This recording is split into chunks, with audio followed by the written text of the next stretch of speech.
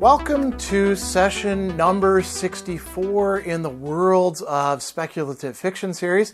In this session, we are going to be returning once again to one of my favorite authors, Philip K. Dick, and we're going to be looking at three novels specifically. One of them is contained in this 4-volume set. It's The Android's Dream of Electric Sheep. This is the Library of America edition that has several other really important novels in it, but we're really going to be focusing closely on that one. If you don't know that novel, it's the one that was adapted into the movie The Blade Runner. And then we're going to be looking at two other novels that deal with, you could say, similar themes. One is We Can Build You, and the other is the Simulacra. Now, what do all of these novels have in common? Androids or robots and human beings, and a central theme for Philip K. Dick. Before we get too far into it, though, what I should say for anybody who's new to this series is that Worlds of Speculative Fiction started out in 2016 as a monthly in-person talk and discussion session, which I video recorded, and you can see all of the earlier video recordings of the 63 episodes or installations before this, going all the way back to January of 2016. And it was hosted at one of the local libraries here in the greater Milwaukee area. The Brookfield Public Library was so gracious as to offer a space, and people got quite interested in all of these discussions about world building and philosophical themes in speculative fiction, which includes, science fiction, fantasy, the blends between them, horror, alternate history, utopian, dystopian, all sorts of other genres that are kind of blended together. And so we continued having these more or less monthly sessions until COVID hit. And then once COVID hit, obviously we couldn't meet in the library anymore. And after a while, I decided, let's take it online. So I'm doing what I started back then, which is to shoot a video. I'll be discussing Philip K. Dick and these novels, a few essays by him as well, and some other things that we'll talk about in just a moment.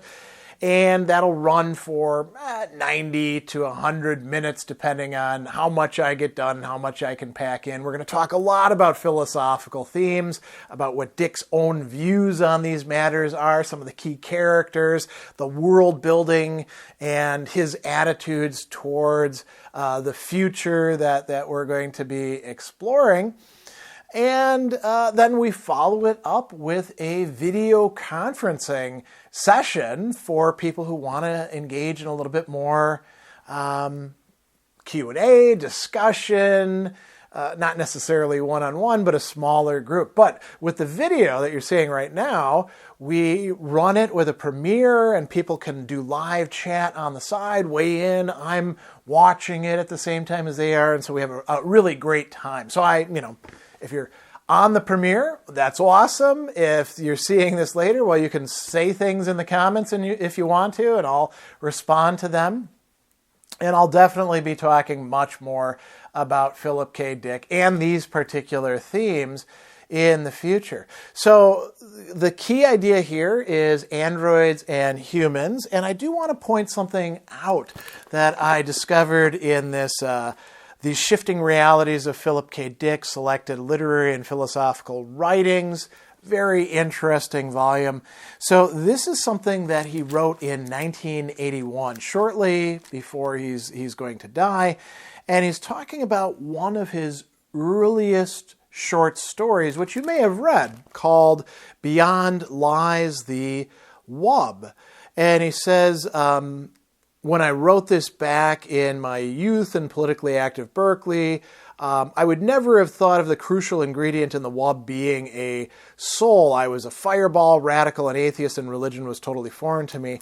However, even in those days, I was about 22 years old. I was casting about in an effort to contrast the truly human from what I was later to call the android or reflex machine that looks human but is not. The subject of the speech I gave in Vancouver in 1972, The Android and the Human, 20 years after Beyond Lies the Wub was published. The germ of the idea behind the speech lies in this, my first published story.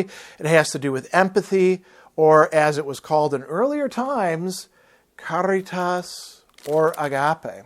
So isn't that interesting? These stories that we're going to be looking at here, We Can Build You, the Simulacra, and Android's Dream of Electric Sheep, are dealing with things that Dick was interested in from the very start. We're also going to do something else that's a little bit of a, I hope it's a treat, but maybe it'll be a bit of a chore.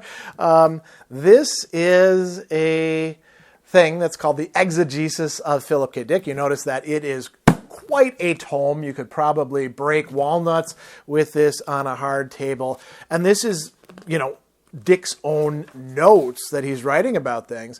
As it turns out, The Android's Dream of Electric Sheep, and to a lesser extent these other novels, in his view, aren't just about androids and humans.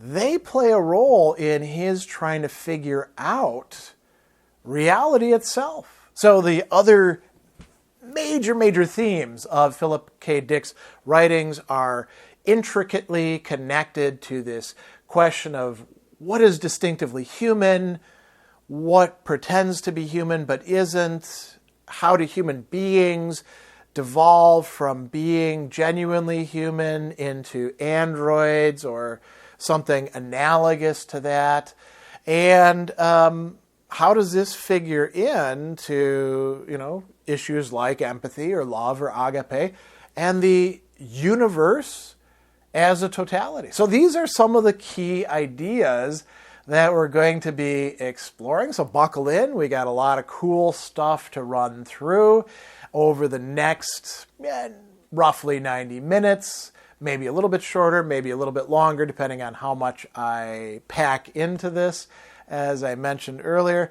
But this is really central to Philip K. Dick's works, and I consider Dick to be a great novelist, short story writer, but also something of a philosopher himself. So this is going to be probably one of my favorite videos about one of my favorite authors to produce, and hopefully it'll be stimulating and thought-provoking for you. Before we get into the philosophical themes that are raised, and there's a lot of them by this contrast between human beings, fully human beings, and androids or simulacra, and then the area in between where there are human beings that are reduced to something like reflex machines, we should talk a bit about the worlds and also about the nature of the human beings and the androids that are involved in these novels. Now, interestingly, when we bring together Simulacra, We Can Build You, and The Android's Dream of Electric Sheep, there are some common themes that come up. And we also see this echoed in one other novel in which androids or simulacra play a minor role, The Martian Time Slip, and that is Mars and colonization. The world in some of these has not been wrecked the way it has been, for example, in The Android's Dream of Electric Sheep, where there's been a war and radioactivity has killed off a lot of the animals. In the Simulacra, we have a United States that merged with West Germany, and somehow Nazi ideology came in, and it's kind of a dystopian future, people living in these giant apartment building blocks, but there's also the possibility of going off to other places. As colonists, you can actually buy a jalopy to do so, right? In We Can Build You, we've got something that's a little bit closer to our own time. Somebody has bought up a lot of the Martian real estate and moon real estate and are trying to sell these sorts of things to people.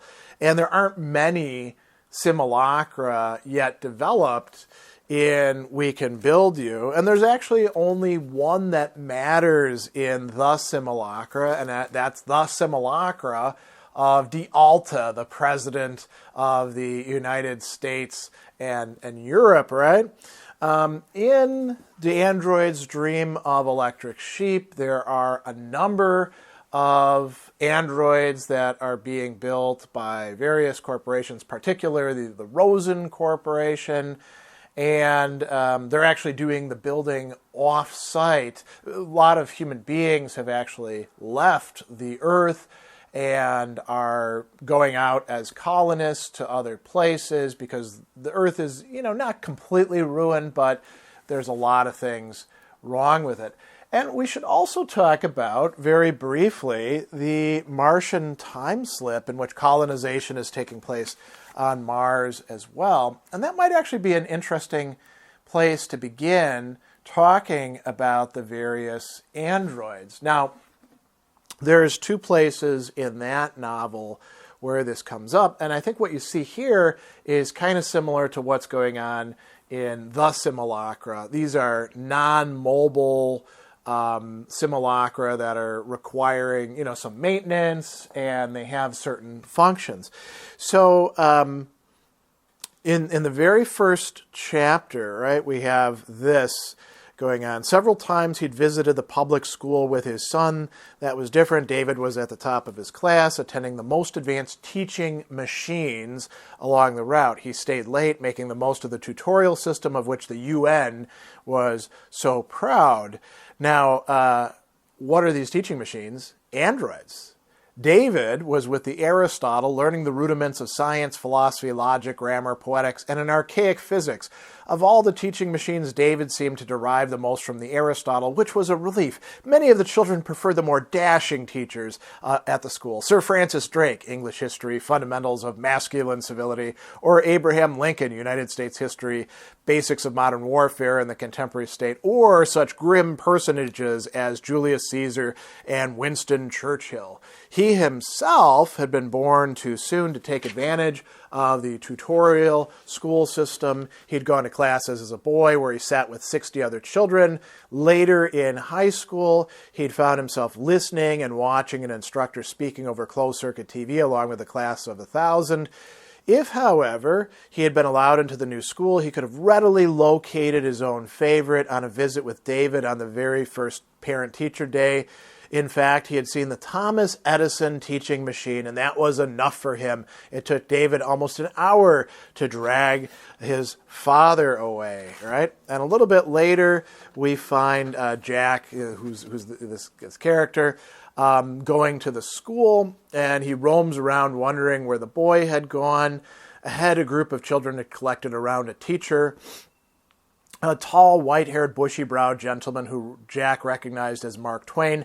Manfred, however, was not among them. As Jack started to walk past the Mark Twain, it broke off its monologue to the children, puffed several times on its cigar, and called after Jack, "My friend, can I be of any assistance to you?" Jack said, "I'm looking for a little boy I brought here with me." "I know all the young fellows," the Mark Twain teaching machine answered. "What's his name?" "Manfred Steiner." He described the boy as the teaching machine listened alertly. It said when he had finished. It smoked for a moment, then once more lowered its cigar. "I believe you will find that young man over colloquializing with the Roman Emperor Tiberius, or at least so I am informed by the authorities in whose care this organization has been entrusted. I speak of the Master Circuit, sir."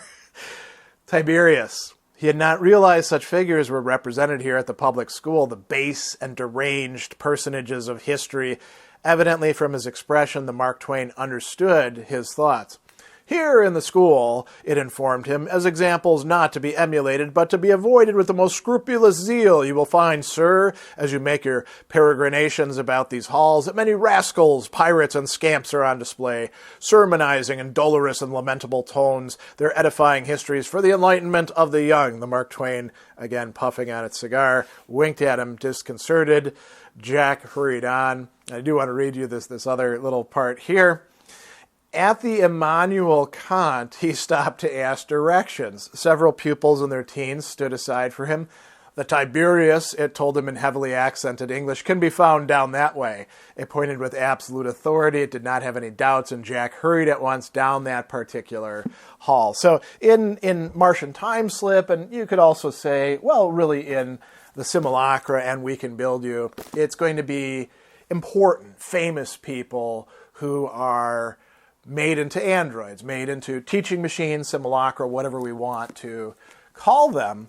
And in the Simulacra itself, we're at a very important point where one of the Simulacra, who is the president, Der Alta, is going to be replaced by a new one. Every so often, they have the Simulacra have a simulated medical problem, and then, there's a succession of power. So that's quite interesting as well. In We Can Build You, at first they're thinking about creating simulacra or androids of a whole bunch of different people and having Civil War battles reenacted, fought, by android soldiers on each side. And so what they decide to do is to create first Edwin M. Stanton, and then to create an Abraham Lincoln. All right, so here's a important passage. Thank you, Jerome. Maury said, this Edwin M. Stanton electronic simulacrum. It's as good as if Stanton had been alive here discussing topics with us. What a sales idea that is for educational purposes like in the schools. But there's nothing. I had that in mind at first, but here's the authentic deal. Listen. We propose to President Mendoza in our nation's capital that we abolish war and substitute for it a 10-year spaced-apart centennial of the U.S. Civil War. And what we do is the Rosen factory supplies all the participants, simulacra, that's the plural, it's a Latin-type word, of everybody. Linton, Standen, Jeff Davis, Robert E. Lee, Longstreet, and around 3 million simple ones as soldiers we keep in stock all the time. And we have the battles fought with the participants really killed, these made-to-order simulacra blown to bits instead of just B-grade movie-type business like a bunch of college kids doing Shakespeare. Do you get my point? You see the scope of this?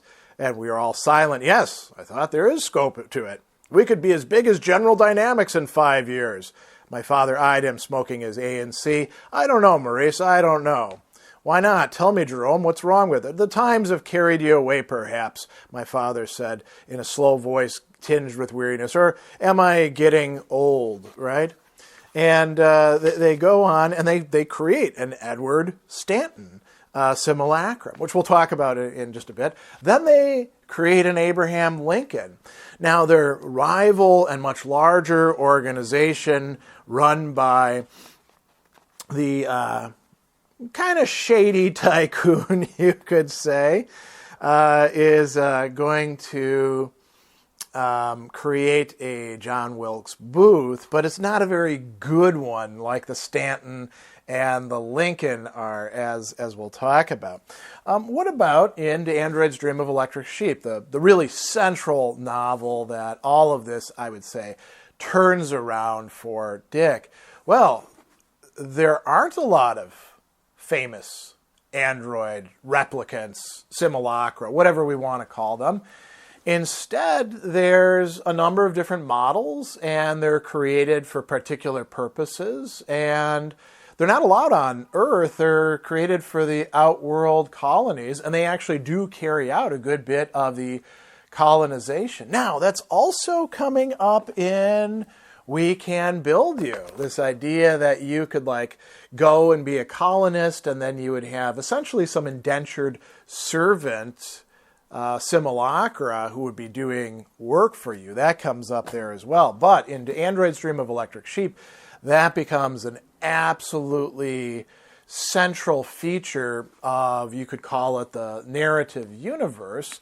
You've got all of these androids who are not particularly happy about their circumstances, and some of them every once in a while will commit crimes and break out and come to Earth, and then we have Rick Deckard and his companions who are hunters of these androids, and they belong to the police department, and that's what they specialize in. So there's a lot of scope for talking about what's going on here. I'm less focused directly on plot and more thinking about what's revealed to us about these various characters, some of whom are human, some of whom are android. There's one other thing that we should point out too that comes up in We Can Build You and in Do Androids Dream of Electric Sheep?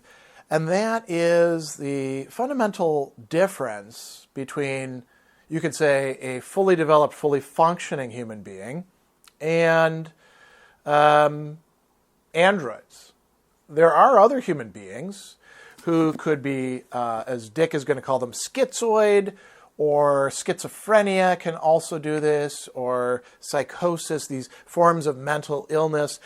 They steer a person towards what he's going to call in his famous essay, The Android and the Human, androidization, becoming kind of detached, affectless, reflex machines. This is also, we should point out, before ending this little segment, this is also a very important point in the later novel, A Scanner Darkly, where it has to do instead with the destruction of human brains through drug addiction and indulgence in these various drugs, right? Where people are reduced, the word there is reduced to insects that are just mere stimulus response machines. So some very important,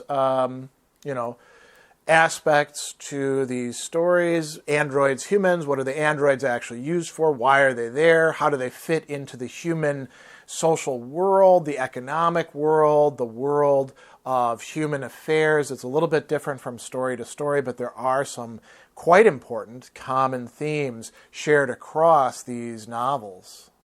The theme of androids and humans comes up a lot in Philip K. Dick's work and also in his own thought about his work, to which we should now turn to get a better understanding before delving back into these novels. And there's really three pieces that I want to talk about. One we'll look at considerable length, called just The Android and the Human, from a 1972 address that he gives. And then there's a sort of follow-up to it, Man, Android, and Machine, from 1976, much of which is actually not germane to our topic. But I want to begin with his other address, How to Build a Universe, from 1978. And there's two things that he says there that I think are kind of interesting. He says, I ask in my writing what is real, metaphysical and epistemological question, right? Because unceasingly we are bombarded with pseudo-realities manufactured by very sophisticated people using very sophisticated electronic mechanisms.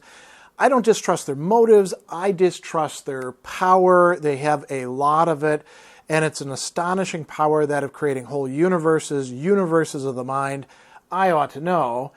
I do the same thing. It's my job to create universes as the basis of one novel after another, and I have to build them in such a way that they don't fall apart 2 days later, or at least that is what my editors hope. However, I will reveal a secret to you. I like to build universes that do fall apart.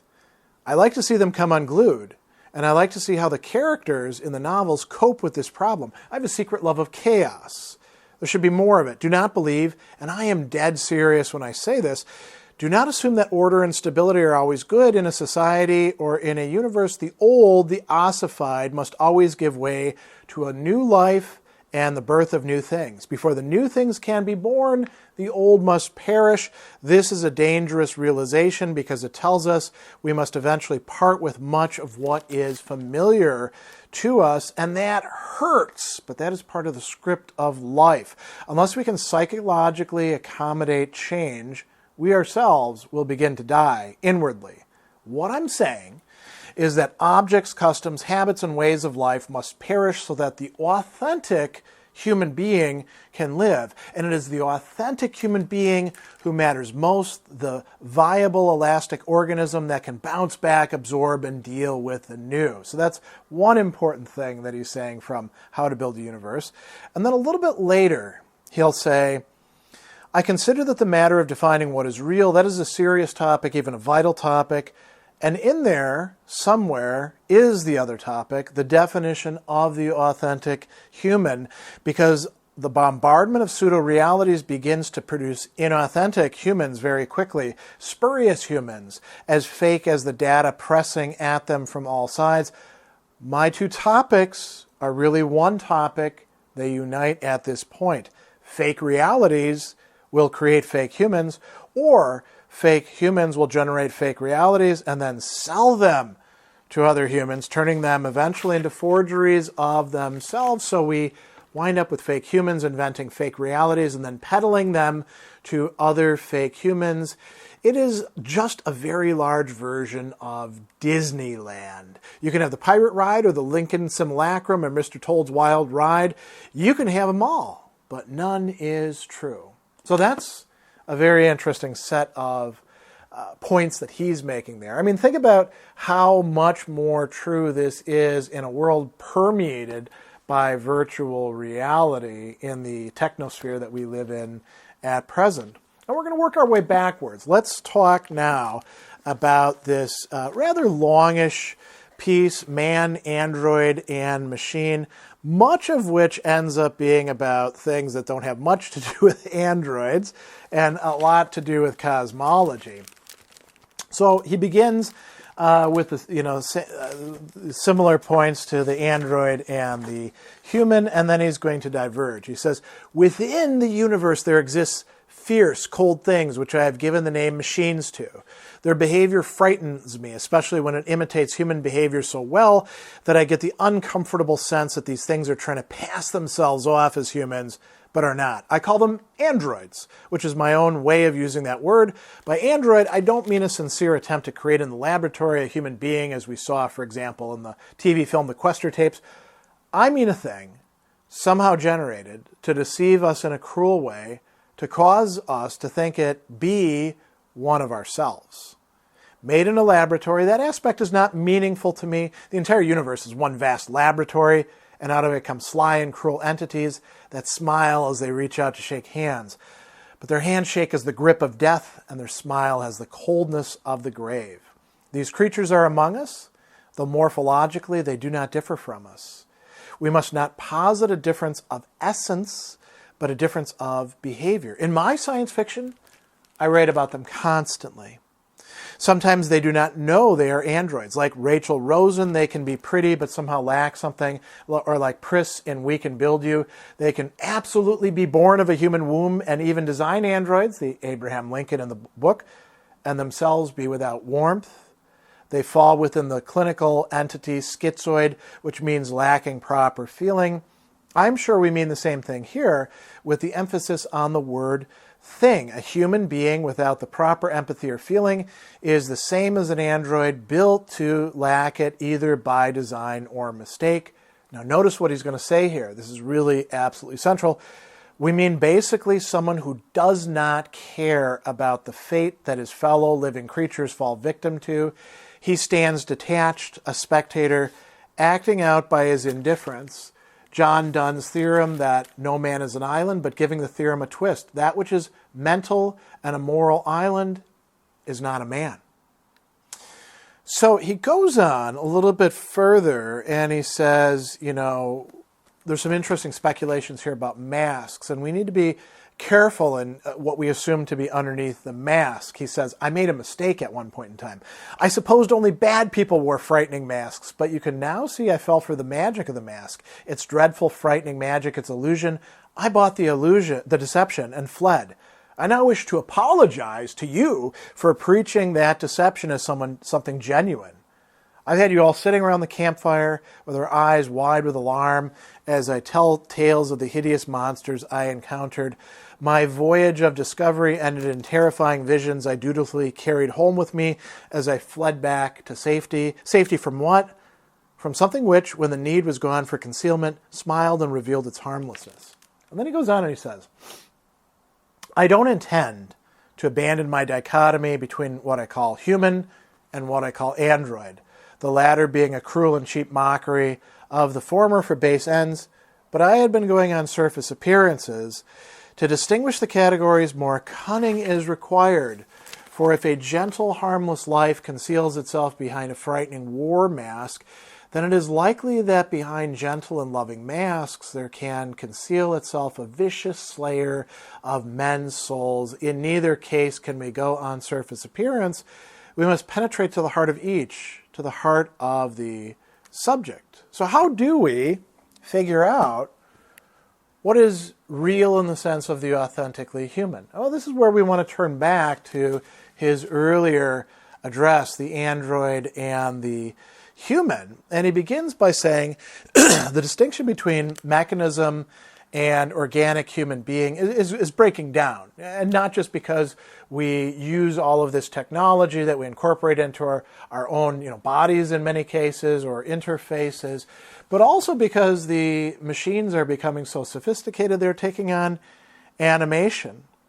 And he says that in a very real sense, our environment is becoming alive, or at least quasi-alive, and in ways specifically and fundamentally analogous to ourselves. And he says, we need to think about this analogy in both directions. And he's worried about what you can call, so he says, in some of my stories and novels, I've written about androids or robots or simulacra. The name doesn't matter.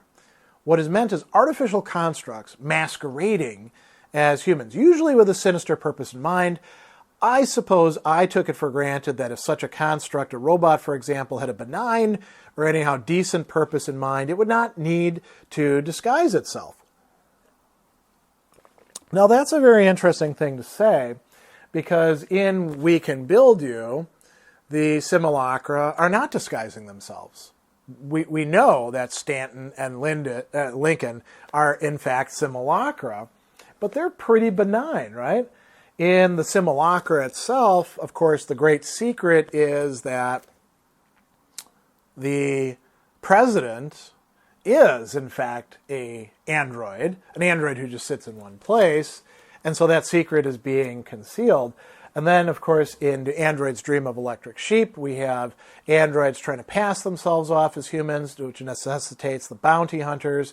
In Martian Time Slip, we have the teaching machines, which clearly are simulacra or androids, but everybody knows that they are as well. So going on with this, right? He says the constructs, this theme seems to me obsolete. The constructs do not mimic humans. They are in many deep ways already human already. They're not trying to fool us. They follow lines that we follow, right? So, how can we, in fact, tell the differences between them? And he's got some interesting speculations here that I'm going to skip over. And then he says, I want to ask you this. What is it in our behavior that we call specifically human? What's special to us as a living species? What is it that, at least up till now, we can consign as merely machine behavior, or by extension, insect behavior, reflex behavior, and I would include in this the kind of pseudo-human behavior exhibited by what were once living human beings, creatures who have, in ways I wish to discuss next, become instruments, means rather than ends, and hence to me analogs of machines in the bad sense. And Dick thinks that this can happen in a lot of different ways. He talks about reading a Gestapo file and realizing that these people who complain about the noise that's made by starving children, disrupting their sleep in the night, there's something inhuman about that, something, a lack, a loss of humanity involved in that, right? So what, in fact, makes us human? And he talks about, young people. I'm actually going to skip over that. It's quite interesting, the things that he brings up. But I do want to bring up this line. He says, this war that we're fighting to maintain and augment what is human about us, what is the core of ourselves and the source of our destiny. Our flight must not be only to the stars, but into the nature of our own beings. It's not merely where we go to Alpha Centaurus or Betelgeuse, but where we are as we make our pilgrimages there. Our natures will be going there too. Ad astra, that is to the stars, but per hominum, as human beings. We must never lose sight of that, right? So how can we make sense out of what is like us? He talks about one thing as irreplaceability, right? He says, even the most base schemes of human beings are preferable to the most exalted tropisms of machines. I think that this right here is one of the valid insights possessed by some of the new youth cars, even police cars, are expendable, can be replaced. They're really all alike. It's the person inside who, once gone, cannot be duplicated at any price. Even if we don't like him, we cannot do without him.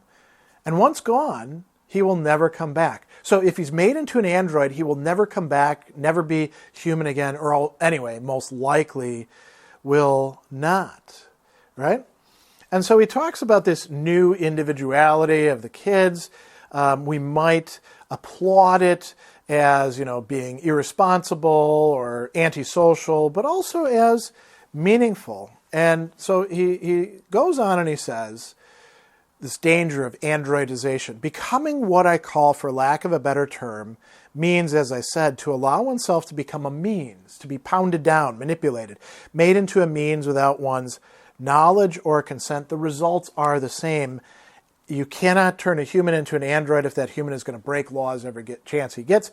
Androidization requires obedience, and most of all, predictability. So that's one thing about the android, right? It becomes programmed. The human being, as following programs, is androidized, you could say.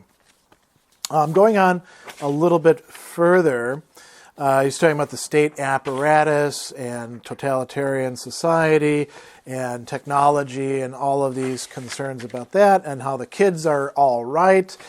He also goes into some discussions about drugs that I'm going to skip over because we're mostly interested here in the question of androidization. So he says, one way to tell the androids apart from humans, and this is something that we're going to see particularly in Do Androids Dream of Electric Sheep. He says, in the field of abnormal psychology, the schizoid personality structure is well developed. There is a continual paucity, a lack of feeling. The person thinks rather than feels his way towards through life, right? One must meet crucial reality with a feeling response to remain human. There's a certain parallel between what I call the android personality and the schizoid. Both have a mechanical reflex quality, right? And then he says another characteristic of the android mind is the inability to make exceptions. And this makes sense if we're thinking about programming, right? And rule following and all of those things that go along with it. Not knowing when to make an exception to the rule. Don't throw the rule away, but make exceptions when they're needed. This is part of what is authentically human. And he says, perhaps this is the essence of the android, the failure to drop a response when it fails to accomplish results, but rather to repeat it over and over again. Lower life forms are skillful in offering the same response continually, as are flashlights. An attempt was made to use a pigeon as a quality control technician on an assembly line, part after part. Endless thousands of them passed the pigeon hour after hour, and the keen eye of the pigeon viewed them for deviations from the acceptable tolerance. The pigeon could discern a deviation smaller than that of the human. Doing the same quality control could. So when the pigeon saw a part that was mismade, it pecked a button which rejected the part, and at the same time dropped a grain of corn to the pigeon as reward. The pigeon could go 18 hours without fatigue and loved its work. Even when the grain corn failed due to supply running out, the pigeon continued eagerly to reject substandard parts. It had to be forcibly removed from its perch finally. And Dick says, man, if I was that pigeon, you know what I would do? I'd peck stuff all the time and eat as much corn as I want. I would subvert it. I would break it down, right? He goes on as well, and he says that, let me now express another element that strikes me as an essential key revealing the authentically human. And this is absolutely important. It is not only an intrinsic property of the organism itself, right, but the situation in which it finds itself. Now, we should pause there for a moment. We often want to think about things in terms of the entities and not the larger matrix that they're within. Particularly when we're thinking about artificial intelligence or, how we're going to differentiate human-like things from the humans.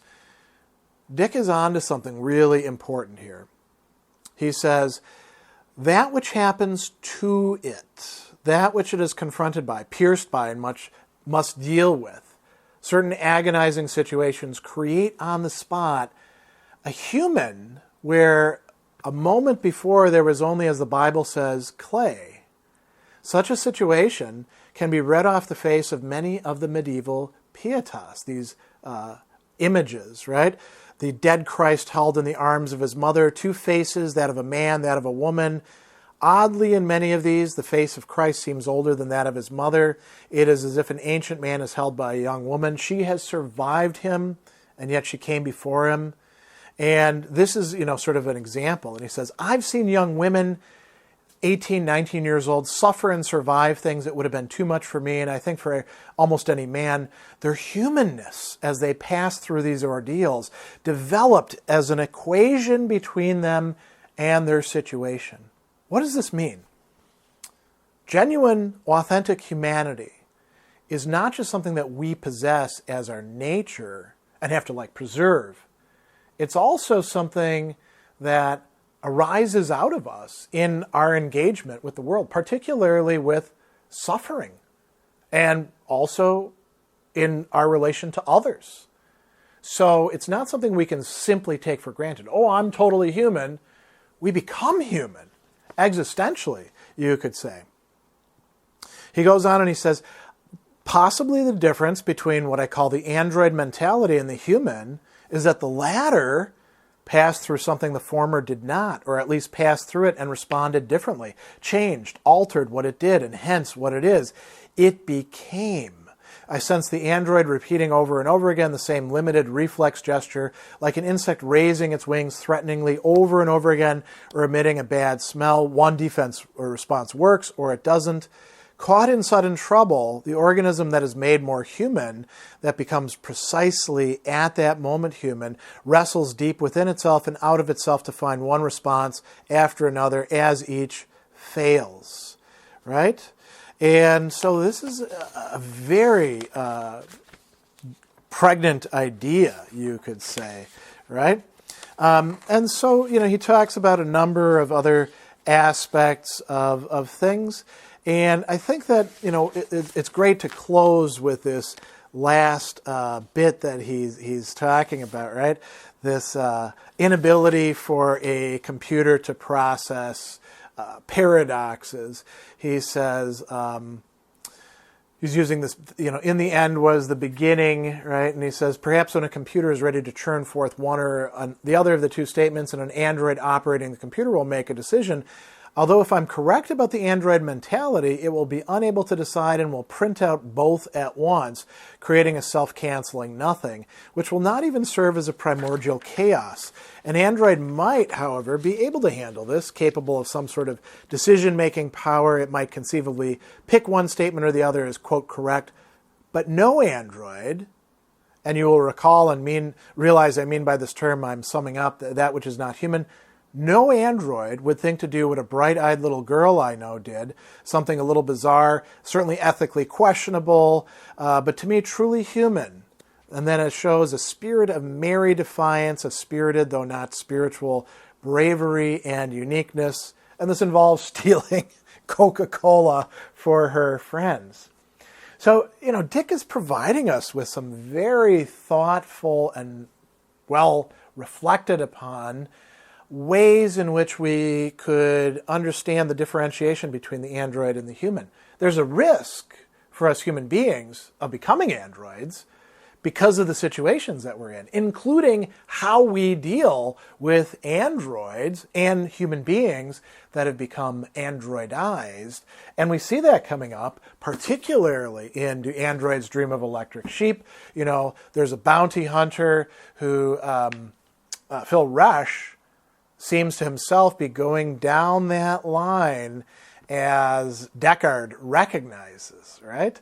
And so there's a lot here to unpack. But now we should actually talk about the androids in these novels, at least to some extent.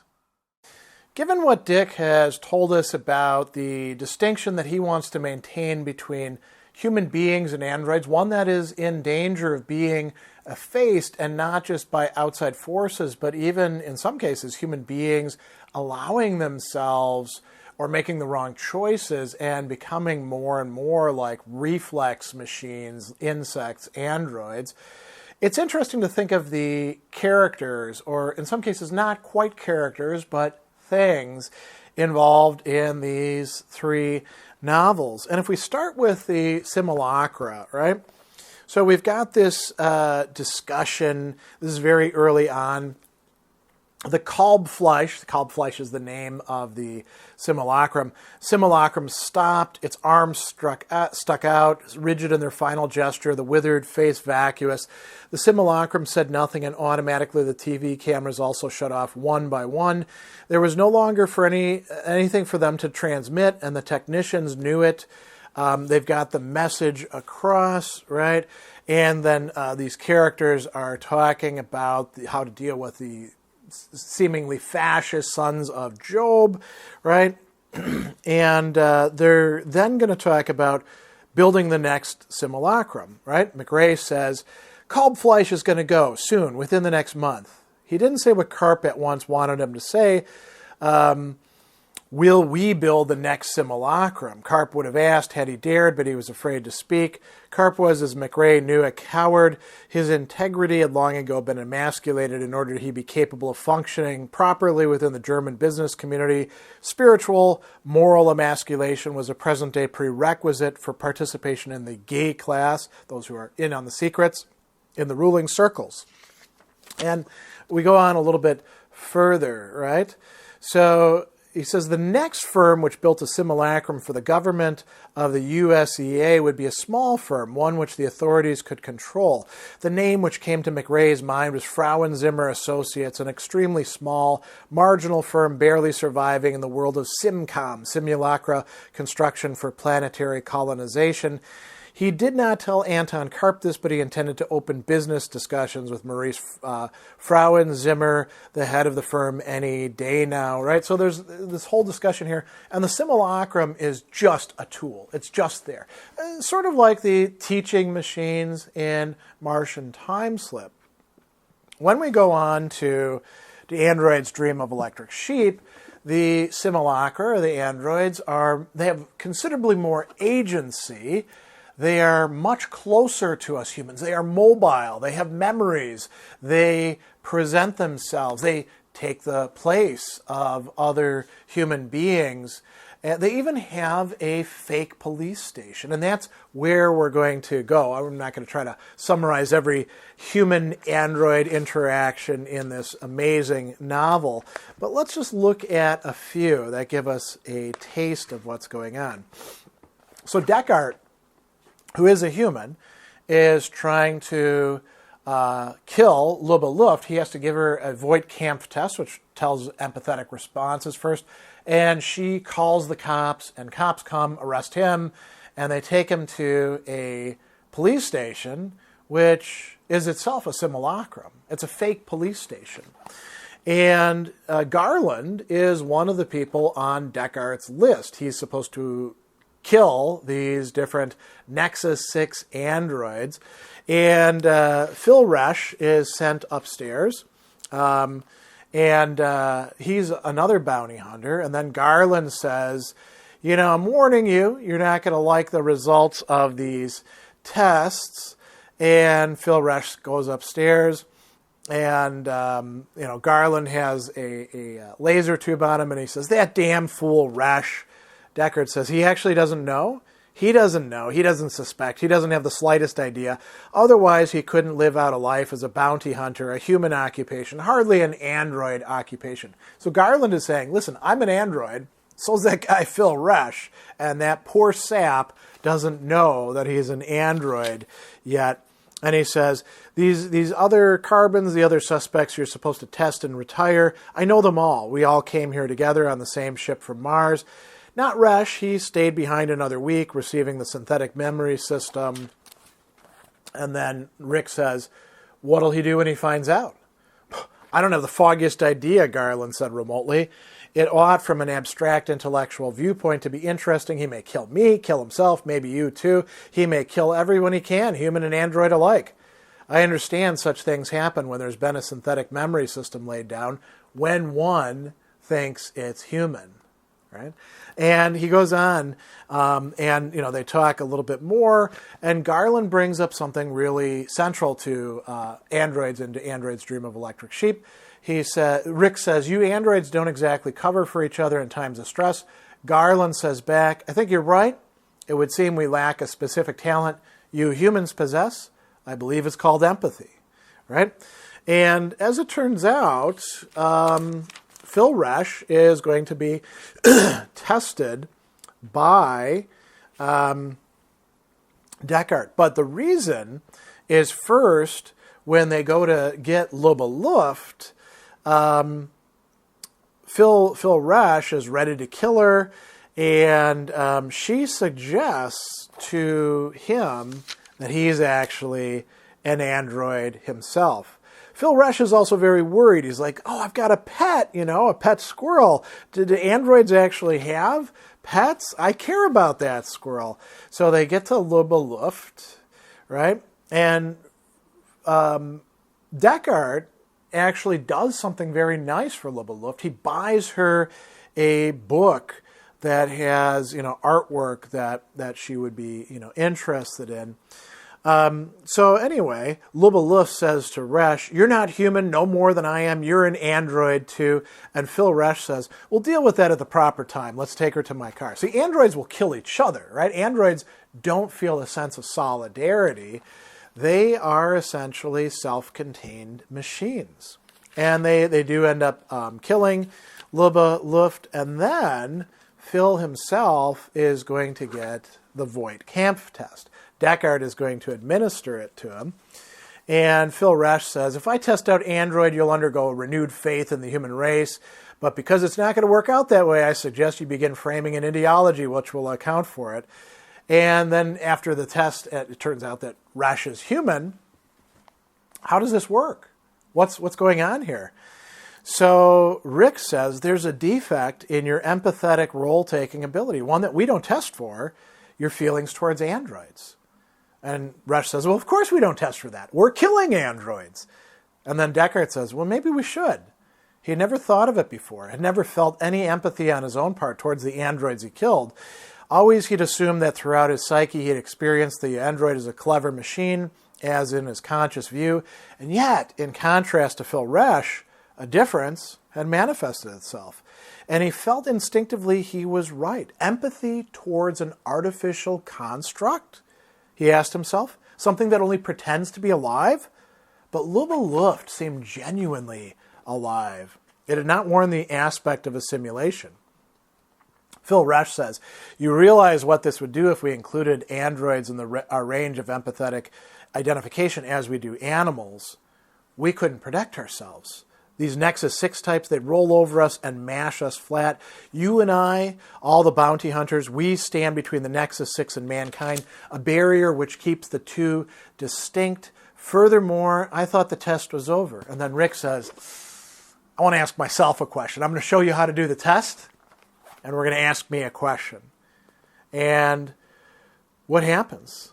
He realizes that he has an emphatically empathetic response, except it has to do with androids. Rick says, I'm capable of feeling empathy for at least specific certain androids. Not for all of them, but one or two. For Lubba Luft, as an example. So I was wrong. There's nothing unnatural or unhuman about Phil Resch's reactions. It's me. And then Phil Resch actually says, wow, you're really in a bad spot, Deckard. And Rick says, well, what should I do? And then Phil Resch says, it's actually sex. She was physically attractive. Hasn't that ever happened to you before? We were taught it constitutes a prime problem in bounty hunting. Don't you know that in the colonies they have android mistresses? And so that's, perhaps a possible explanation. The sex attraction and drive produces empathy. And we see this happening as Rick has an affair, cheating on his wife, with Rachel Rosen. They have sex. And then she tells him, she reveals to him something. She says, he says, this is my end, he said to himself as a bounty hunter. After the Beatties, there won't be any more, not after this tonight. Rachel says, you look so sad. And she says, you're not going to be able to hunt androids any longer, so don't look sad, please. And she goes on, no bounty hunter has ever gone on after being with me, except one, a very cynical man, Phil Resch. And he's nutty. He works out in left field on his own. And so, she's telling him about all of this. And he asks, well, how many times have you done this? She says, I don't remember, 7 or 8. No, I believe it's 9. Yes, 9 times. So essentially she has ruined him for bounty hunting. As it turns out, that's not actually the case. And he resolves to kill her, but doesn't kill her, right?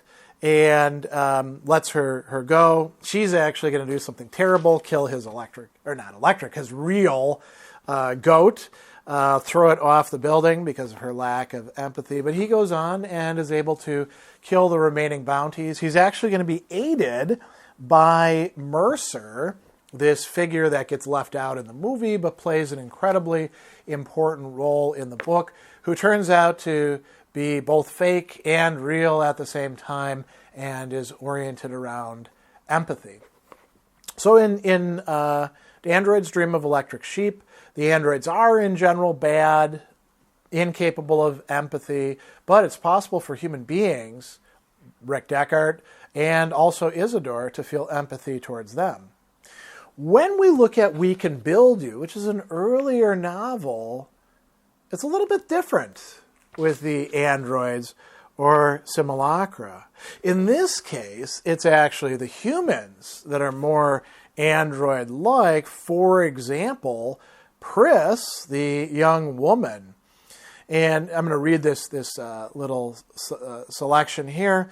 What bothered Maury most was that his daughter, Pris, somewhere along the line had lost her sense of humor. Instead of being giggly and silly and sloppy as she'd once been, she had become as precise as a calculator. Not only that, once she'd cared about animals. And then during her stay at Kansas City, when she's in the psychiatric institute, she'd suddenly gotten so she couldn't stand a dog or cat. She'd gone on with her interest in chemistry, however, and that a profession seemed to him a good thing. He's asked, has the outpatient therapy there helped her? It keeps her at a stable level. She doesn't slide back. She still has a strong hypochondriacal trend, and she still washes her hand a lot. She'll never stop that. And she's over-precise and withdrawn. I can tell you what they call it, schizoid personality. And so this winds up being, her being essentially like the android. But then they start building androids, right? They build the Stanton first. And the androids, interestingly, have a kind of capacity for empathy and caring. So there's a conversation that's going on here between Louis Rosen, right, and the Stanton, where he says, I'd like to ask you a question, sir. Doesn't it seem odd to you that though you were born in 1800, you're still alive in 1982? Doesn't it seem odd to you to be shut off every now and then? And what about your being made out of transistors and relays? You didn't used to be, because in 1800 they didn't have transistors and relays. I paused, waiting. Yes, Stanton agreed. Those are oddities. I have here a volume, he held up a book, which deals with the new science of cybernetics, and this science has shed light on my perplexity. That excited me. Your perplexity? Yes, sir. During my stay with your father, I discussed puzzling matters of this nature with him.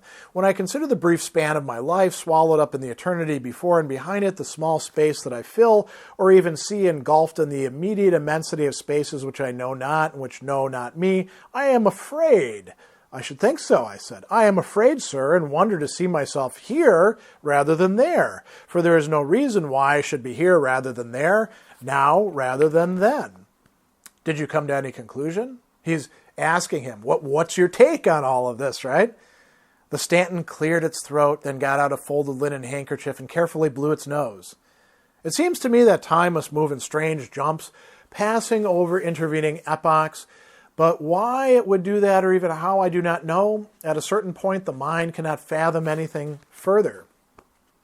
And then Rosen says, you want to hear my theory? Yes, sir. I claim there is no Edwin M. Stanton or Louis Rosen anymore. There was once, but they're dead, were machines. The Stanton regarded me, its round, wrinkled face twisted up. There may be some truth in that. And I said, Maury Rock and Pris Frauenzimmer designed us and Bob Bundy built us. And right now they're working on an Abe Lincoln simulacrum, right? And so they go on from there. So these machines are capable of processing the thought that they are machines and yet entities. Later on, they're going to talk to Lincoln, right? Or the Lincoln, better put, right? And the Lincoln says, would you tell me, sir, what a man is? Yes, I would, Barrows said. He caught Blunk's eye. A man is a forked radish. Is that definition familiar to you, Mr. Lincoln? Yes, sir, it is, the simulacrum said. Shakespeare has his Falstaff speak that, does he not? Right, Barrows said, and I'd add to that, a man can be defined as an animal who carries a pocket handkerchief. How about that? Mr. Shakespeare didn't say that. What's going on there? They're confronting the machine, the thinking machine, with paradoxes, with crazy talk, right? No, sir, the simulacrum agreed. He did not. I appreciate your humor, Mr. Barrows. May I use that remark in a speech? And he says, thank you, the simulacrum said. Now you've defined a man as an animal which carries a pocket handkerchief, but what is an animal? I can tell you you're not, Barrows said, his hands in his trouser pockets. An animal has a biological heritage and makeup which you lack. You've got valves and wires and switches. You're a machine. You're like a spinning jenny, like a steam engine. Can a steam engine consider itself entitled to protection under the clause of the Constitution which you quoted? Has it got a right to eat the bread it produces like a man? The simulacrum said, can a machine talk? Sure, radios, phonographs, tape recorders, telephones, they all yak away like mad. The simulacrum considered. It did not know what these were, but it could make a shrewd guess. It had enough time by itself to do a great deal of thinking. Then what, sir, is a machine? The simulacrum asked. You're one. These fellows made you. You belong to them. The long, lined, dark-bearded face twisted with weary amusement as the simulacrum gazed down at Barrows. Well, then you, sir, too, are a machine, for you have a creator, too. And like these fellows, he made you in his image. I believe Spinoza, the great Hebrew scholar, held that opinion regarding animals, that they were clever machines. The critical thing, I think, is the soul. A machine can do anything a man can. You'll agree to that. But it doesn't have a soul. There is no soul, said Barrows. That's pap. Well, then, the simulacrum said, a machine is the same as an animal. It went on slowly in its dry, patient way, and an animal is the same as a man. Is that not correct? So he's arguing this simulacrum, this android, about the nature of humanity, right? And whether humans are machines. There is one other passage in here regarding the Lincoln that I want to bring up. Lincoln was exactly like me. Lincoln had taken everything hard. He might have been remote, but he was not dead emotionally. Quite the contrary. He was the opposite of Pris, of the cold schizoid type. Grief, emotional empathy were written on his face. He fully felt the sorrows of the war, every single death. So it was hard to believe that what the Britannica called his remoteness was a sign of schizophrenia. The same with his well-known indecision. And in addition, I had my own personal experience with him, or to be more exact, with his simulacrum. I didn't catch the alienness, the otherness with the simulacrum that I had caught with Pris. I had a natural trust and liking for Lincoln, and that was certainly the opposite to what I felt towards Pris. There was something innately good and warm and human about him, a vulnerability. And I knew from my own experience with Pris that the schizoid was not vulnerable. He was withdrawn to safety to a point where he could observe other humans, could watch them in a scientific manner without jeopardizing himself. He goes on and he says that Lincoln knew the paradoxes of the human soul, its great parts, its weak parts, its lusts, its nobility, all the odd-shaped pieces that went to make it up in its almost infinite variety. He had bummed around. So what is he saying here? Lincoln, the Lincoln simulacrum, the Lincoln android, is, if not authentically human, certainly approaching it. So we have a very interesting set of possible approaches and depictions of what it means to be an android and what it means to be human in these three novels. And they don't all match up to each other, do they? So that's well worth considering as a major philosophical theme running throughout these works and indeed throughout Philip K. Dick's larger body of work and his thought as a whole. There is a clear priority when it comes to the novels in which androids play a central role that Philip K. Dick is going to accord or assign to Android's Dream of Electric Sheep, the Simulacra, and We Can Build You. Both very interesting, in some respects adding aspects of the android that aren't quite there in the Android's Dream of Electric Sheep, but the Android's Dream of Electric Sheep is going to get a more central place in Dick's own thinking about his work.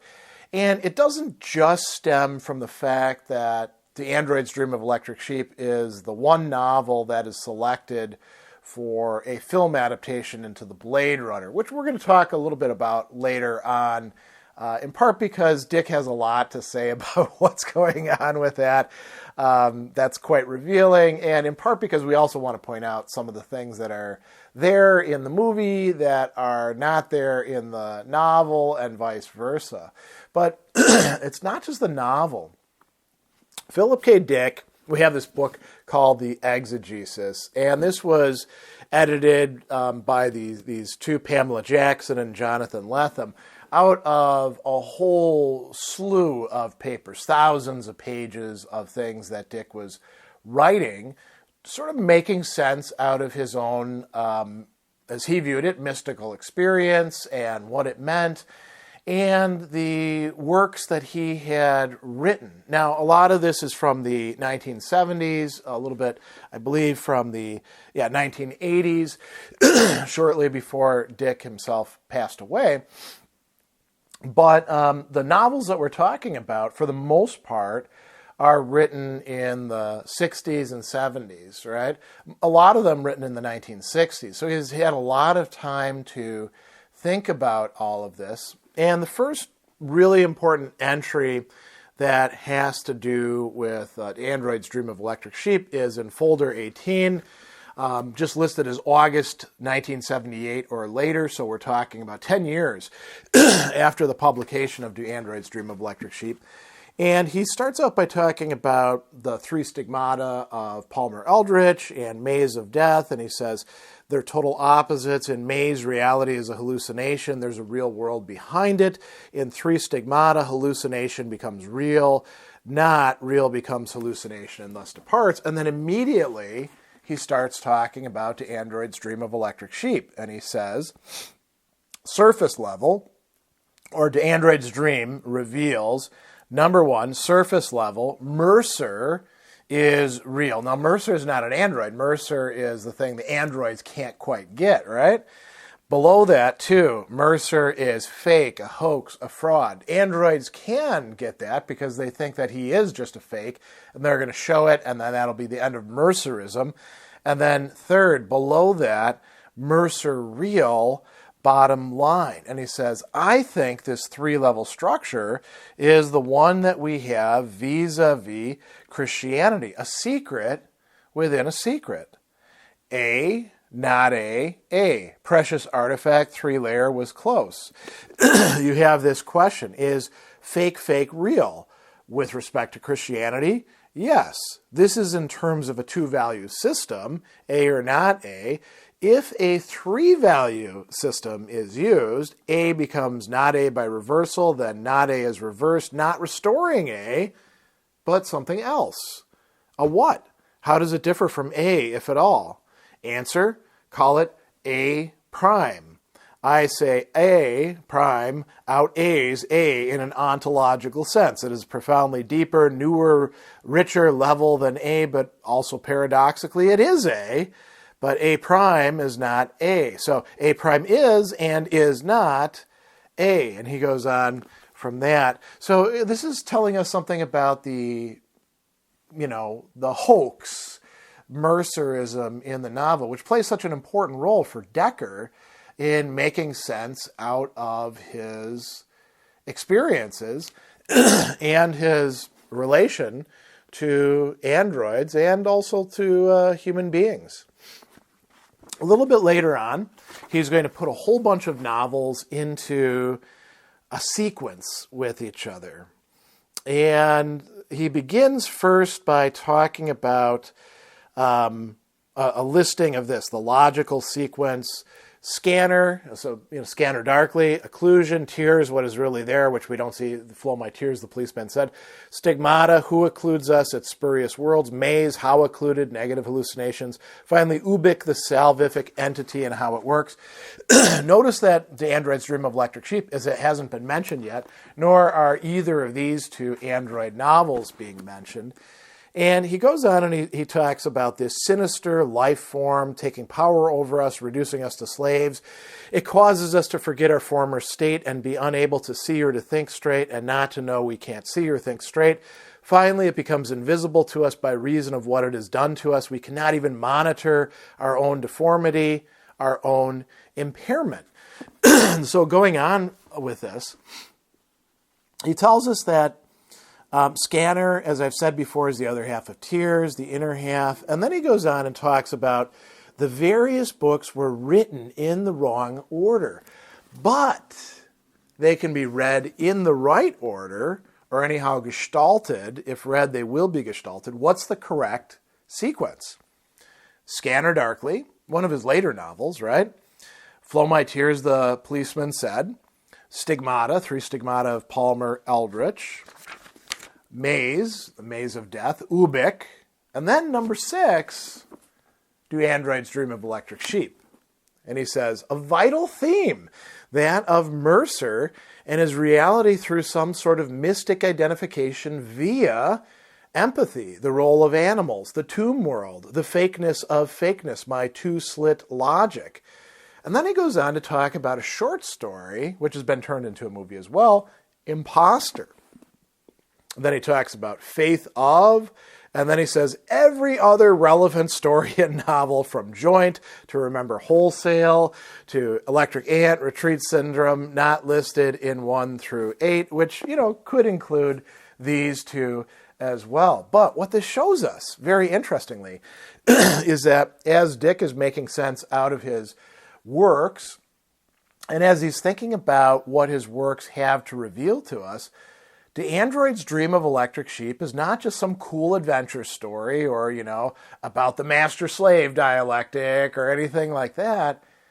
It is coming after these other novels where the question of reality and fakeness or reality and lies are actually being raised. Again, he actually comes up with another list on a subsequent page saying, okay, scanner, tears, stigmata, maze, ubic, androids, coming number 6 again, after all of these.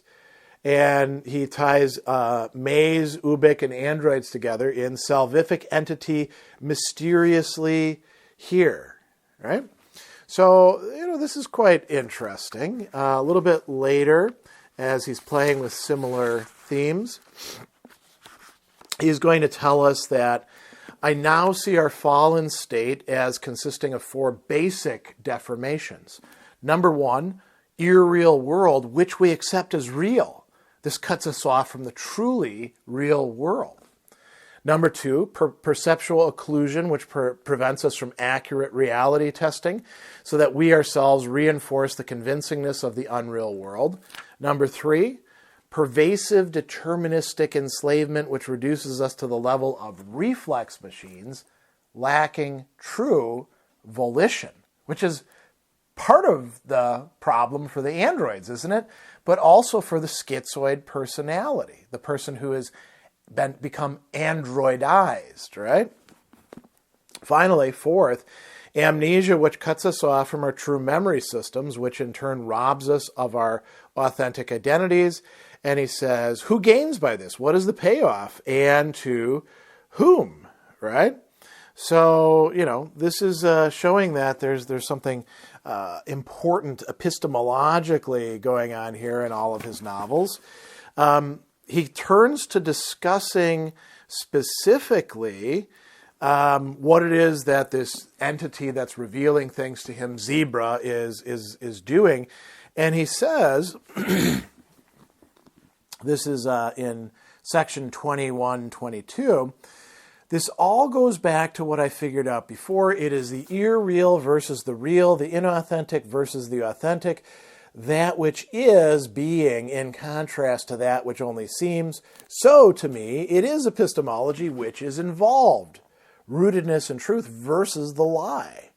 Throughout all of my writing, there is a preoccupation with fakes and the fake. Fake worlds, fake humans, fake objects, fake time, etc. The authentic human versus the android or reflex machine is the essence of it. Again and again, I attempt to formulate criteria for what is fake and what is not fake in every area, from a comic book to a world leader to a girlfriend to an entire universe. Things are seldom what they seem. Right. It has to do with reality testing, which is related to another theme of mine, mental illness, which brings in hallucinations, and deliberate deception. Now here, what does he talk about? The penultimate truth, the Simulacra, Game Players of Titan, etc. Novels I usually overlook, and mental illness brings in Martian Time Slip, Dr. Blood Money, the Simulacra again, Clans of the Alpine Moon. So virtually all of my writing interlocks at this substratum. And then he says, I count 21 books, including story collections, in which fake versus real is in some way the topic. 22 if japed is included, plus a number of unanthologized stories. In Do Androids Dream of Electric Sheep, for instance, fake versus real operates on 5 levels. So this is, again, Dick reflecting on his own work. What are these 5 levels? Fake, synthetic moods, electronically generated. Beginning the novel with that, right? With the mood organ. 2, fake animals, machines, electric sheep. 3, fake androids, fake humans, androids, including fake memories and identities. 4, fake savior. Mercer, as he points out, is an old wino movie bit player. And then finally, again, something that's left out of the, Blade Runner, fake police station, part of the world.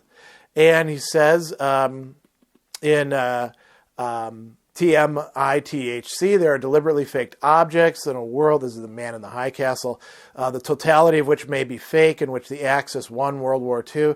And fake fakes bring up my double flip-flop two-slit logic. Is a fake more fake than just a fake or a null fake? Here probability theory enters, logic, not perception. And again, he goes back to fake world, fake perceptions, fake volition, fake memories. And then he says, all of this is turned into the real by Zebra, this entity that he thinks he's experienced, the Holy Spirit, who isn't really the Holy Spirit, but Christ, who is really God the Creator, and who masquerades itself as objects, info, and casual processes. And finally, as mere humans. So do androids dream of electric sheep, and to a certain extent the Simulacra now are caught up in this very complex epistemological set of reflections on fakes and on how we transform the fake into the real. Again, showing that this is a very central set of ideas. He talks also about the Blade Runner movie, and he says that a strange and mysterious strategy to put the new kerygma, the good news, into a novel published in the late 60s, but then disclosed to me only now toward the end of 1981, but just at the time we get the signed contract with the Blade Runner people to re-release the novel in conjunction with the film. As if the Valis trilogy has diverted everyone's attention, my own included, like when the thought came to me that the true message was in Frozen Journey and not in Valis. Now notice what he says here. The true message is not in Valis, but it is, I now think, in androids. And it will have the greatest circulation probably of all. Viewed in terms of God's strategy, Blade Runner has been used as a means to the end being the kerygma in androids. Thus, to have suppressed androids and either written or authorized the novelization based on the screenplay would have been to hand over victory to evil, but this did not happen. The fully executed contract between Blade Runner and me regarding the re-release of androids was waiting for me in my post office box on Friday, the day I was up in Venice and learned the truth. To share, experience the joy by the Godhead as it expands into the animal kingdom, lost to it these many millennia. The repair to the damaged Godhead. Yes, it is a self-repair, a re-inhaling, a recovery of part of its lost self. Christ re-knitting the decomposing cosmos and restoring it to God. Christ moves lower and lower, deeper and deeper into the decomposing cosmos, down layer by layer, starting with the man, thus the vision of Christ at and in the trash layer is a vision of ultimate and final repair. Now that's a very interesting thing to say, isn't it? So somehow, by writing and then having turned into a film and then deciding to re-release The Android's Dream of Electric Sheep, Philip K. Dick thinks that something is being fixed. And there's a parallelism to how Mercer descends into the tomb world, the world of decay, of death, of kipple, entropy, and then arises out of it, Christ-like as well. The last entry that I'm going to read here is from very late in the book, right? And he's bringing up Valis again, and this vision that he has about Christ being the biosphere itself, the primordial garden that man as a species has broken away from and turned against, destroying it, exploiting it. Now, what happened in the beginning of The Android's Dream of Electric Sheep? The backstory is we have broken the biosphere. That's why animals are so rare, right?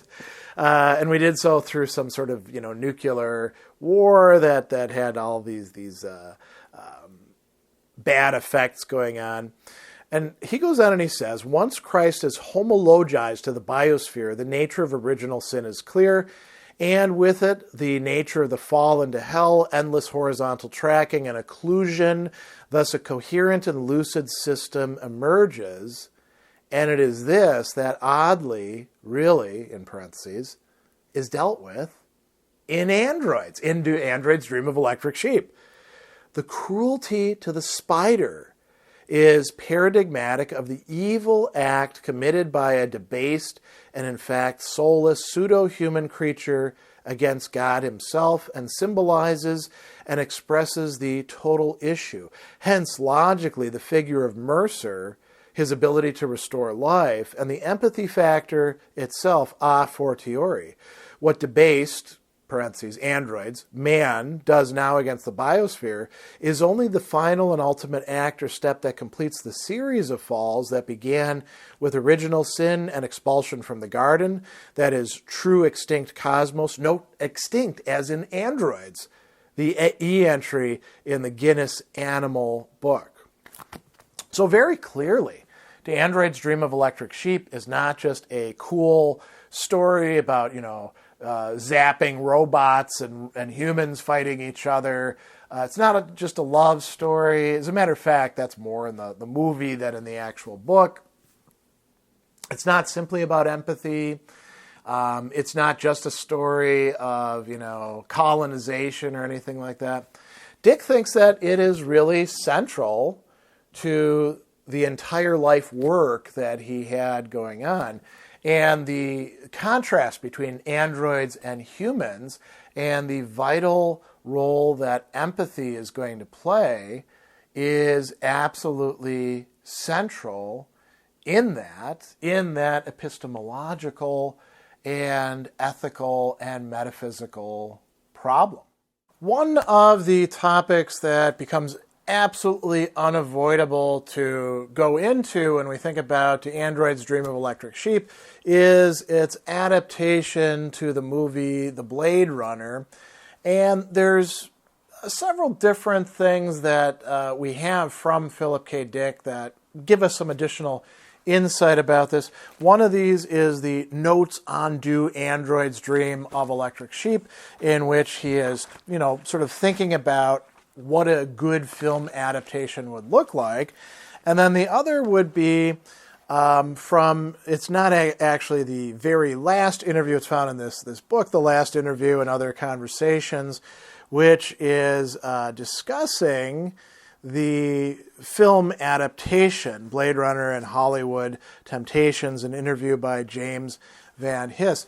And before we launch into either of these, we should point out that I think a lot of people know because they've read the book and they've also watched the movie. They're both, very successful compositions, but they are connected together in terms of characters and plot to a certain extent and setting to a certain extent. But there are some very important differences as well. And a lot of these have to do with what got left out. So, for example, the entire religion of Mercerism, where you've got this empathy box and its importance for human beings.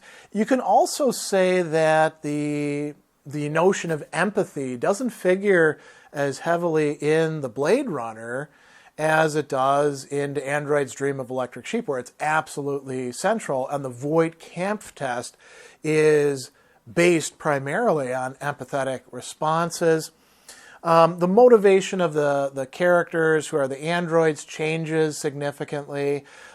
Pris is supposed to be the same model as Rachel Rosen. Obviously, they're played by two different actors, so they don't look the same in that. And there's a lot of other things that we could point out as well that are fundamentally different. I think that one of the biggest important differences is the lack of the fake police station that plays a major role in the middle of the novel. And you could also say there's less emphasis on the importance of animals and animal life as well. So those are all some really important things to highlight. First, let's actually look, because it's earlier in time, at what Dick himself kind of envisioned. And the first question that he begins with is, who is the viewpoint character? Who are we going to use? And he notes that in his novel, he's basically got two viewpoint characters. He says it has to be either the bounty hunter, Rick Deckard, or Jack Isidore. And it's very interesting what he says here. Since Isidore is younger, were he to be the viewpoint character, we would perhaps we'd have something on the order of The Graduate, a movie that isn't sci-fi at all, right? In which everybody over 30 is corrupt and an instrument of the establishment, and young, free, innocent love wins out. And then Dick says, an oddly corny theme for such a supposedly adult movie. In the novel, Isidore has a naive love directed towards the androids. Rick Deckard's view is the androids are vicious machines that must be destroyed. These two different and mutually exclusive views running parallel to each other in a twin plot scheme, merge toward the ends of the work when Isidore is confronted by the cruelty of the androids as they cut the legs off the spiders. And then he says, so, I don't know that we want to have Isidore as the main viewpoint character. And then he says, if Rick Deckard is the protagonist, we're faced with a difficult problem. The love that the bounty hunter feels towards animals in contrast to his heartless murders of the androids. To love an animal more than a person is a deranged or cynical view, or so it might seem. We must learn very soon why Rick holds this view, which means an early proof for his view contrasted with Isidore. Or is this not the major theme, the struggle between the two views, with proof only at the end that Rick Deckard's view was correct? Now notice what he says here. In the novel, we are told that androids lack human feeling, warmth, and empathetic sensitivity, but we're not shown this in action until the meeting of Isidore and Deckard. But maybe this is a good way to handle it, the contrast between Isidore and his views in contrast to Deckard and his views in some way as the primary story. And he says, notice I say story and not theme. The theme of the book tends to cluster around the religion of Mercerism and its emphasis on shared pain and mutual compassion, a rebirth of the primordial Christian view. Or is the basic theme the broad background, the total world in which they live with their collective and general worship of animals, the decaying huge apartment buildings, and the specials, plus the running thread of mutual empathy. So he's reflecting on what is this novel really about, and are the androids as bad as they seem? And the answer is, of course, yes. Then he goes on and he starts thinking about, well, who would we cast for this? And it's interesting because none of these people get cast, right?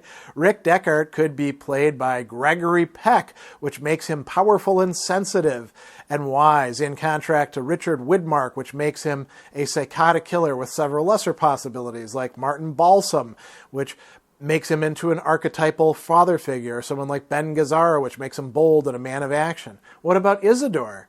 He could be played, for example, by Dean Stockwell, which makes him sensitive and an introvert living in a lonely world of his own making, or perhaps Wally Cox, which makes him into Wally Cox. My theory calls for Deckard to be the protagonist, and so I would really favor somebody like Gregory Peck to play Rick Deckard and Dean Stockwell to play Isidore. And then, who should play Rachel Rosen? Who does he suggest? A vibrant, hard girl such as Grace Slick, a bit of casting I would really plug for, right? And then he says we have to pay attention to tone, right? This is a touching story. And is it a touching story or gunplay action or a broad general picture of a whole and entire world that is ethnic fundamentally with many quaint and odd customs practiced with solemnity by the natives, custom that include murder on a legal basis, people, that is the androids, without any legal rights of any sort? And he says the film could be anti-cop or pro-cop. And what age group are we going to pick? He also brings up, the two Rachels, which is going to disappear, as we know, in the Blade Runner.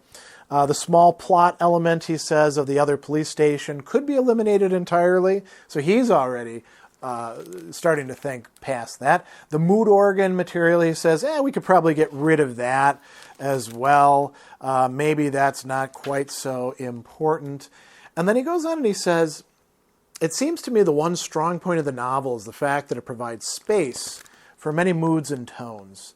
There is the dramatic search and destruction of the androids, the tenderness felt towards live animals, the weird, deserted apartment building in which Jack Isidore lives, opportunities for humor, the peculiar, the very frightening, and of course, the awe felt when Mercer is encountered. We can have a many-sided film, or I would think some of the moods and plot can be eliminated entirely, however important they are to the novel, and then remaining elements can be retained and built up more. What is one of those remaining elements? The Mercer theme, right? He also talks about sex. There could be room for more sex. For example, Rick Deckard making love to Rachel, then dissolve to Isidore trying the same on his Rachel android and following it all up a la Peter Sellers, one of the greatest comedic actors of the middle 20th century. So this is an interesting idea. He says it brings up the whole underlying subject, sexual relations between humans and androids. What is it like? What does it mean? Is it, for instance, like going to bed with a real woman? Or is it an awful, nightmarish, bad trip where what is dead and inert seems alive and warm and capable of the most acute intimacy known to living creatures? And then he says something quite profound here. Isn't this the sexual union between Rick Deckard and Rachel Rosen? Isn't it the summa of falsity and mechanical motions carried out minus any real feeling, as we understand the word, feeling on each of their parts? Does, in fact, her mental and physical coldness numb the male, the human man, into an echo of it? And he says that, this is talked about in the novel. This is the extent of the subject is handled in the novel, but there are more possibilities which might come out vividly in a film version. For example, is this a way he can cheat vis-a-vis his wife, Iran, who, by the way, gets left out in the movie, right? Does it count? Doesn't it count, right? Is it all right to sleep with an android? Rachel asks in the book, would you ever go to bed with an android again? And his answer is, if it was a girl, if she resembled you. But Rachel's already made the point she's not a person. She's a type, a subform of androids in general. His relationship by having intercourse with her has melded him to not an individual, human or android, but to a whole type or model. And which theoretically there could be tens of thousands. To whom then has he really given his erotic libido to, right? And so he says, here, I think the crucial questions of what is reality and what is illusion come up strongly. The whole sexual scene with Rachel and the one between Pris and Isidore could be dreamlike, but not in the usual sense, right? It could be a horrifying mechanical episode of half dream, half reality. And so he's got a lot of interesting reflections there on what this would be like in a movie. What does he have to say about the actual film dramatization? So there were actually two, you could call them, attempts to adapt it. And in this interview with Van Hees, he says, years and years ago, there was an attempt to adapt Do Androids Dream of Electric Sheep? Martin Scorsese, Jay Cox were both interested, but they didn't option it. This is the first movie interest in any property of mine. Then Herb Jaffe optioned it, and Robert Jaffe did a screenplay back in about 1973. So quite a long time before the Blade Runner actually comes out. And Dick says, the screenplay was sent to me. It was so crude, I didn't understand it was actually the shooting script. I thought it was the rough. I wrote them and asked them if they would like me to do the shooting script. At which point Robert Jaffe flew down here and confessed he'd written it under a nom de plume. I said to him then it was so bad I wanted to know if he wanted me to beat him up at the airport or wait till he got to my apartment. And Dick said, all I ask is you do not drag me down to ruin with you. And then Van Hees says, well, what was wrong with the screenplay? And Dick says, what he had done is take the novel and turned it into a comedy, a spoof along the lines of Get Smart, right? So it was pretty bad, right? And Dick then felt that he'd been burned by Hollywood, and then, Ridley Scott and his screenwriter, Hampton Fancher, approach him. Well, there's still an option on it, and they get it back, right? And interestingly, Dick is not like a super fan of Ridley Scott at the time. There's this interesting line here. I criticized Ridley Scott's picture Alien, saying a monster is a monster and a spaceship is a spaceship, and it got by on special effects because it had no new ideas, right? And he had a friend who said, anything you write, we can create. These guys don't go on story anymore. They go on special effects. And he says, this is exactly what I was saying about the original screenplay of Blade Runner. They were going with squishing people's heads and people's arms and legs coming off. They wanted to do what they'd done in Alien. And he said, this is what I thought of the screenplay until David Peoples got a hold of it and did a new version. My agent said, well, they must have gone back to the book. And indeed, they did go back to the book. So it's coherent in relation to the book. And then he said, now what we have is the beautiful result that Ridley Scott, who is a visual graphic director who does not go in for storyline, but is of the new school who goes in for dramatic visual effects, is yoked to a coherent storyline. It has subtle nuances that are very good, and it appeals not just to the dramatic, though it is very dramatic, but it appeals to the intellect. There's some tender parts, there's some intelligent parts. It's a very mature and sophisticated screenplay, and they did use it.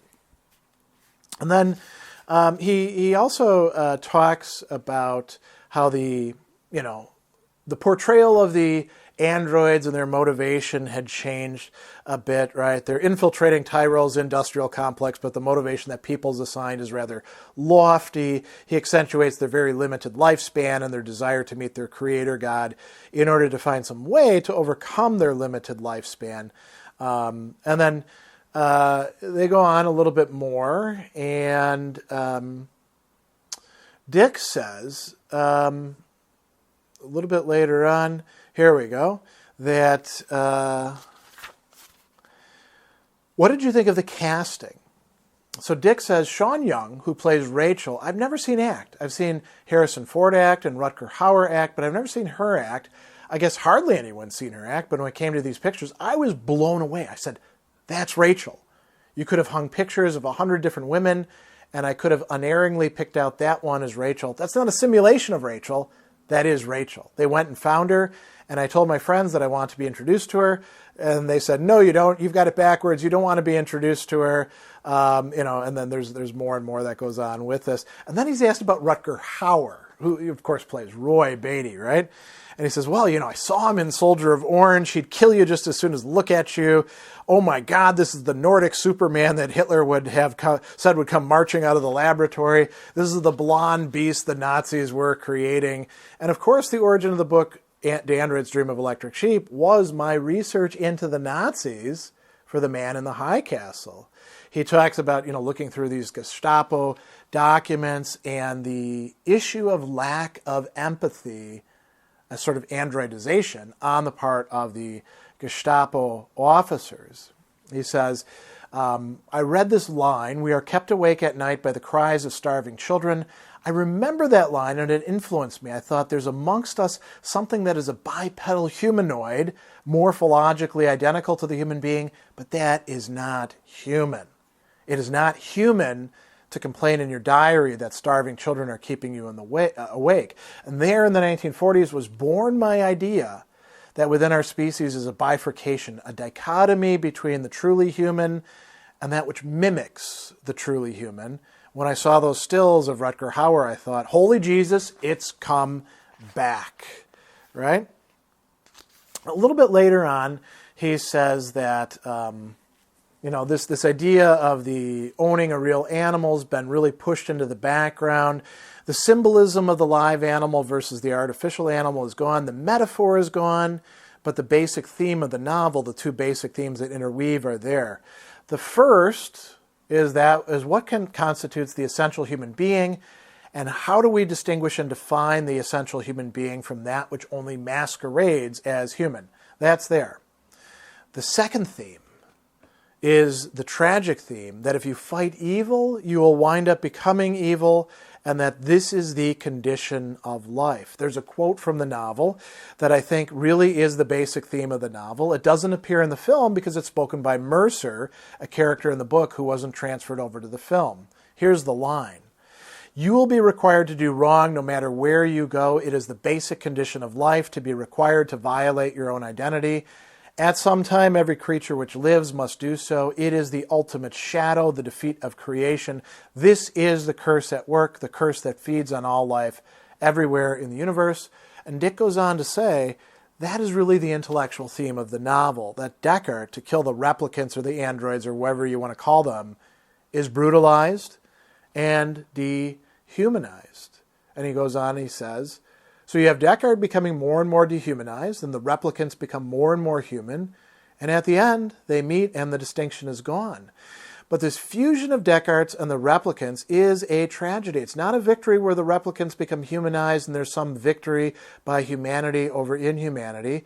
This is horrifying because he is now as they are, so the theme of the novel is completely and essentially retained, right? So this is, quite an interesting set of observations by Dick about the success or lack of success in adapting the novel. He also says, and this is where we're going to close, at one point that there are two successful projects that kind of connect up, but they are two distinct things. This is why it was so important that he didn't rewrite and reissue The Android's Dream of Electric Sheep along the lines of the movie. You've got two different things. I would say, to bring this to an end, that in my view, the novel is a better piece of work than the movie, however great the movie is. But Dick seemed to have been pretty happy with the results. And so there is where we will close this session of Worlds of Speculative Fiction.